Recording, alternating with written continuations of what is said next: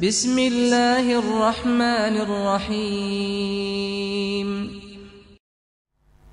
برادران اسلام، ایک بھائی نے تاکیداً ہمیں یہ بات کہی ہے کہ سر کے مسح کرنے کے بارے میں احباب کو بتلا دیں، کیونکہ بہت سارے لوگوں کو ہم نے دیکھا ہے کہ وہ سر کا مسح کرنے میں اکثر اوقات غلطی کرتے ہیں، خلاف سنت جو ہے وہ سر کا مسح کرتے ہیں۔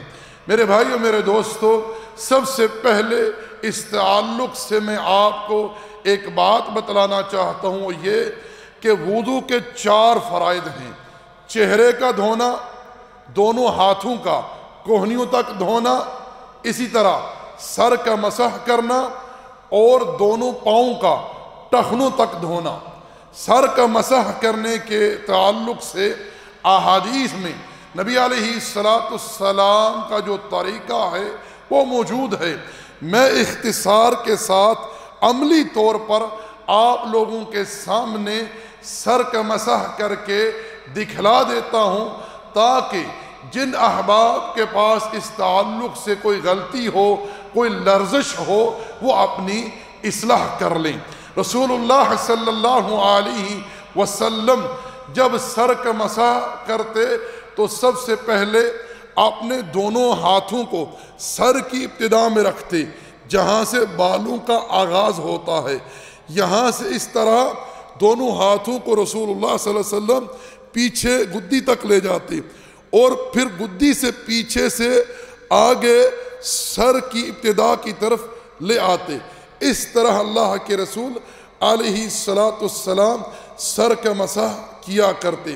اسی طرح جب کانوں کا مسح کرتے تو یہ 2 انگلیاں جو ہیں کلمے کی، انہیں کانوں کے اندر اس طرح داخل کرتے، اور یہ جو انگوٹھی ہیں ان سے کانوں کے باہر کے حصے کا مسح کرتے، اور ان انگلیوں سے کانوں کے اندر کے حصے کا مسح کرتے۔ کون؟ رسول اللہ صلی اللہ علیہ وسلم۔ یہ وہ طریقہ ہے جو احادیث کے اندر نبی علیہ السلام سے ثابت ہے اور موجود ہے۔ اسی طرح یہ بات بھی اپنے ذہن میں رکھیے کہ اس طرح گردن کا مسح کرنا یہ نبی علیہ السلام کی کسی بھی صحیح حدیث سے ثابت نہیں ہے، اس لیے اس کا ترک کرنا نہایت ضروری ہے۔ بعض علماء نے تو اسے بدعت تک کہا ہے، تو اس لیے میرے بھائیوں اس چیز کو چھوڑ دیں، کیونکہ رب ذوالجلال تقدس و تعالی کا ارشاد ہے، لَقَدْ كَانَ لَكُمْ فِي رَسُولِ اللَّهِ أُسْوَةٌ حَسَنَةٌ وَمَا عَلَيْنَا إِلَّا الْبَلَاغُ وَصَلِّ اللَّهُ عَلَى نَبِيِّنَا مُحَمَّدٍ وَعَلَى آلِهِ وَصَحْبِهِ أَجْمَعِينَ۔